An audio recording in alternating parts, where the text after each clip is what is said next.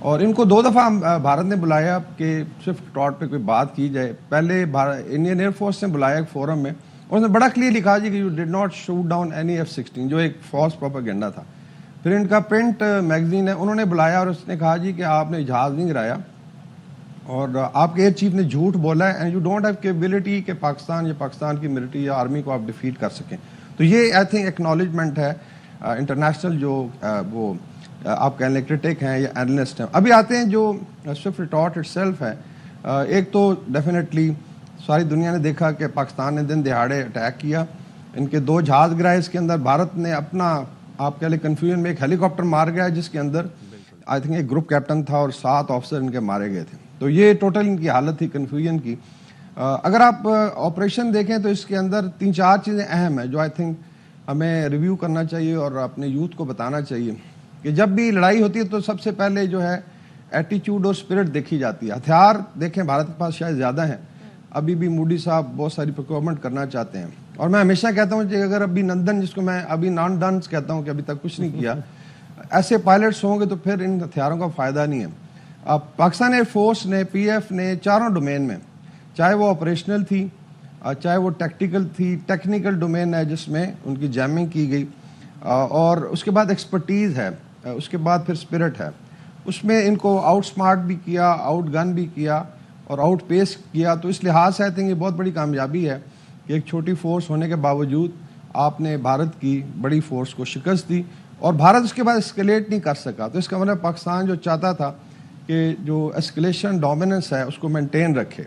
اور اس میں I think ایک اور مثال ہے کہ 2020 میں بھارت اور چائنا کا کلیش ہوا.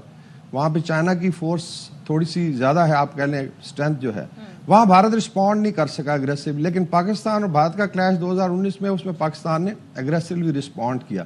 تو میرے خیال میں ایٹیچیوڈ اور جو فیتھ ہے, یہ 2 بڑے آئی تھنک کریکٹرز ہیں پاکستان کی ملٹری کے, پاکستان ایئر فورس کے, جو سامنے آئے. اور ہمیں ہر لحاظ سے فخر ہے. اس وقت جو گروپ کیپٹن, بعد میں گروپ کیپٹن بنے ونگ کمانڈر نعمان تھے اور اسکواڈرن لیڈر حسن, یہ ہمارے ہیروز ہیں. اور میں ہمیشہ کہتا ہوں کہ بھارت کو کہ پہلے اس طرح کے پائلٹ پیدا کرو, پھر پاکستان سے لڑائی کے بارے میں سوچو. اچھا وقار صاحب, بھارتی موقف یہ تھا کہ پاکستان میں دہشت گردی کی اطلاعات تھیں, according to them they claim that, اور جی جی جی جی ایگزیکٹلی. اور اس کے بعد جی جو جہاز آئے ان کا ایم یہ تھا کہ ان دہشت گردوں کے ٹھکانوں کو ڈسٹروائے کرنا تھا, جو کہ بعد میں ہمیں پتہ چلا, سب کو, پوری دنیا کو پتہ چلا کہ those were just pine trees and nothing else. میرا سوال ٹل ڈیٹ یہی میرے دماغ میں بات ہے, اور آپ سے سوال بھی یہی ہے کہ what did Indian Air Force think? Didn't they know that we are fully equipped and we are fully capable of damaging our enemy into ashes? جس پہ آئی تھنک ایک تو جو ان کا یہ کلیم ہے بھارت کا, اس کو ان کے اپنے لیفٹنٹ گورنر ستیہ پال ملک, جن کو میں ستیہ ناس ملک کہتا ہوں, یہ اس وقت لیفٹنٹ گورنر تھا آکوپائڈ کشمیر کا.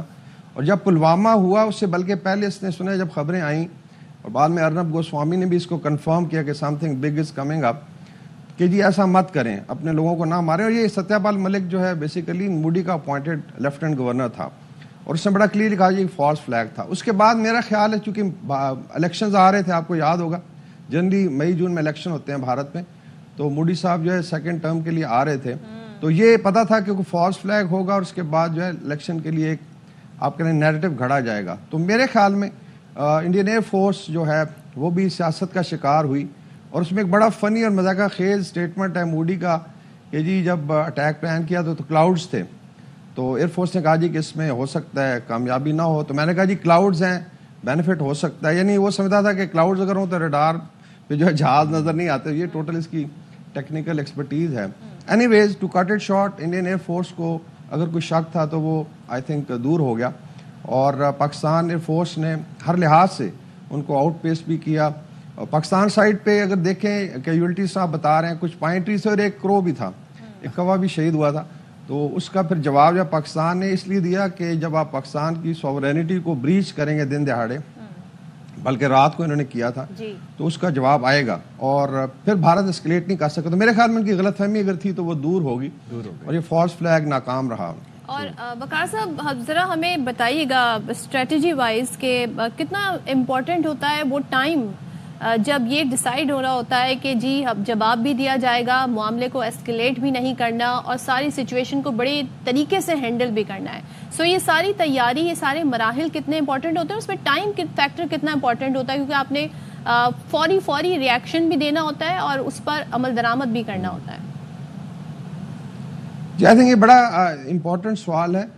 اس میں جو پاکستان کی ملٹری ہے, تینوں سروسز ہو گئیں یا ایون آپ کہہ رہے ہیں آپ کی جو نیوکلیر فورسز ہیں, یہ سینیریو بیسڈ پریپریشن ہوتی ہے پیس ٹائم, یعنی امن کے ٹائم پہ آپ تیار ہوتے ہیں. ایون خدا نہ خواستہ اگر لیٹ سے اگلے 5 منٹ میں ایسی کوئی چیز ہوتی ہے تو آپ کا رسپانس جو ہے ڈپینڈنگ آن کہ آپ کیا فیصلہ کرتے ہیں. اس کا مطلب جو رسپانس ہے یہ آلریڈی تیار ہوتا ہے, اس میں ٹرائی سروس کوآرڈینیشن ہے ہائیسٹ لیول پہ.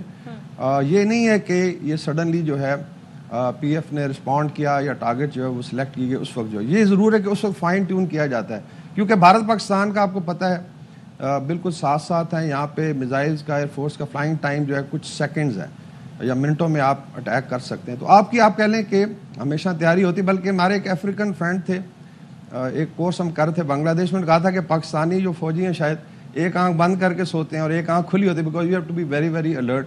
تو یہ اسٹیٹ آف پریپیئرڈنیس. باقی آتا ہے جی کہ آپ نے کس طریقے سے کس لیول پہ دینا ہے, بیکاز دونوں سائڈیں نیوکلیئر ہیں تو آپ ایک اسکلیشن میں اس حد تک جاتے ہیں کہ خدا نہ خواستہ چیزیں آگے نہ جائیں. لیکن آپ یہ ضرور ہے کہ اس طریقے سے ڈومینیٹ کرتے ہیں کہ ایک تو میسیج بھی کمیونیکیٹ ہو جائے اور جو رسپانس ہے اس سے زیادہ جو اینیمی نے کیا تھا, اور نمبر 3 پھر آپ اگلے لیٹ سے ایکشن کے لیے تیار ہوتے ہیں. تو پاکستان واز ریڈی. اور اس کے بعد بھارت نے ایک کوشش کی تھرو فرینڈس کہ جی کمیونیکیٹ کریں, ہم کچھ میزائل اسٹرائک کریں گے, بیکاز بہت ڈیمورلائزیشن تھی. پوری قوم کہہ رہی تھی جی کہ ابھی آپ دیکھیں $85 ارب کا بجٹ ہے انڈیا کا, کتنی بڑی فوج, اتنی بڑی ایئر فورس, اور آپ کو جو ہے ایک چھوٹا ملک جو اس نے آپ کو چپیٹ ایکچولی لگائی. تو وہ پھر پاکستان نے کہا تھا جی کہ پھر اگر آپ میزائل کی طرف جاتے ہیں تو ہمارے پاس پھر جتنا کچھ ہے سارا ہی پھر جو ہے نا وہ آ جائے گا سامنے. تو then they I think scale down. تو یہ آئی تھنک بہت بڑی کامیابی تھی ہائیسٹ لیول پہ ملٹری جو کوآرڈینیشن ہے. پھر I think salute to Pakistan Air Force جنہوں نے یہ ڈیلیور کیا, اور نیچے پھر آرمی نے جنہوں نے ریکور کیا ابھی نندن کو, اور پھر خیر خیریت سے جو ہے واگا کے راستے بھیجا. باقی بھارت نے ایک فالس پروپیگنڈا کیا جی کہ ابھی نندن کو چھوڑنے کے لیے بہت زیادہ ہم نے پریشر ڈالا. ایسا نہیں ہے. بیسیکلی جو پاکستان نے انٹرنیشنل لا فالو کیا, جنیوا کنونشن میں جو پرزنرز ہیں ان کے رائٹس ہیں, اور جو وار ٹائم پرزنر ہے اس کو پھر آپ فائنلی ریٹرن کرتے ہیں. تو یہ میرے خیال میں ایک بڑا اچھا جسچر تھا. لیکن میرے خیال میں بھارت کو پتہ چل گیا کہ ہر لحاظ سے پاکستان کی military, army, air force, navy, nuclear forces تیار ہیں. بالکل. اور آپ نے دیکھا اس کے بعد اس طرح کی کوئی حرکت نہیں. اچھا بقا صاحب, ون لاسٹ تھنگ, ہم نے ابھی نندن کو حوالے کیا, پروٹوکول کیا ڈکٹیٹ کرتے ہیں جب اس طرح حوالے کیا جاتا ہے؟ تو جو ریسیونگ اینڈ پر ہے کنٹری وہ ایکنالج کرتے ہیں, کیونکہ بھارت کی طرف سے کوئی ایکنالجمنٹ نہیں آئی اتنے اچھے جیسٹر کی. جی یہ ان کا ٹپیکل ہے, جو کہ پوسٹ ٹروتھ انوائرمنٹ ہے. ابھی آپ یہ دیکھیں کہ ابھی نندن کو انہوں نے one of the highest award دیا, نمبر 2 اس کو پروموٹ کیا. جسٹ امیجن کہ ایک بندہ جو شکست خوردہ ہے, جس کا جہاز گرا, جو قیدی ہو گیا, اور میرے خیال میں اس کو تو شرمندہ ہونا چاہیے تھا, لیکن just to keep it up انہوں نے پھر ایک فالس نیریٹو گھڑ کے جی کس نے جہاز گرایا. تو اس لحاظ سے اٹ واز ایکسپیکٹڈ کہ جیسے ہی یہ واگا بارڈر کراس کرے گا جو ہے نا بھارت اپنے رویے میں بھی چینج لائے گا, اور ایک نیا نیریٹو کہ جی اس پہ بڑا یہ کیا گیا, ٹارچر کیا گیا, اسٹیٹمنٹ لیا گیا. ورنہ آئی تھنک جتنی زبردست چائے پلائی گئی تھی اس میں کوئی شک نہیں ہے کہ بڑا جینون کمنٹ تھا کہ ٹی واز فینٹاسٹک, اور اس کے ساتھ اچھا ٹریٹمنٹ کیا گیا, اس کا سارا میڈیکل چیک اپ ہوا, سوٹ پہنا کے ہم نے بھیجا تھا اکراس واگا بارڈر. ٹھیک ہے, it was fantastic. What a great note. نوازی کی تو دنیا بھی معترف ہے. Thank you so much. Thank you very much Waqar صاحب. اور بھارت کا غرور ہم نے اس دن آج خاک میں ملایا تھا, اور پھر جذبہ خیر سگالی کے طور پر ہم نے ان کو ان کا پائلٹ بھی ریٹرن کیا جس کی کوئی ایکنالجمنٹ نہیں تھی, اور بھارت کی ڈھٹائی بھی تھی جو تھی وہ ہم نے دیکھی ان کی پروپیگنڈا. آج بھی بھارتی ونگ کمانڈر کی وردی اور جو طیارہ گرایا تھا ہم نے انڈیا کا, اس کی باقیات, اور چائے کا وہ جو کپ ہے وہ پی ایف میوزیم کراچی میں, جی ہاں آج بھی ڈسپلے میں موجود ہے. میں ضرور دیکھنا چاہوں گا وہ کپ. بالکل. اور 27 فروری بھارت کبھی نہیں بھولے گا. آج سے 6 سال قبل پاکستانی شاہینوں نے نہ صرف بھارتی غرور خاک میں ملایا بلکہ جذبہ خیر سگالی کے تحت بھارتی پائلٹ ابھی نندن کو بھی واپس بھجوایا. ایک پیکج ہے, آپ کو دکھاتے ہیں. 27 فروری بھارت کبھی نہیں بھولے گا. 27 فروری کا وہ دن ہے جس دن جو ہے پاکستانی شاہینوں نے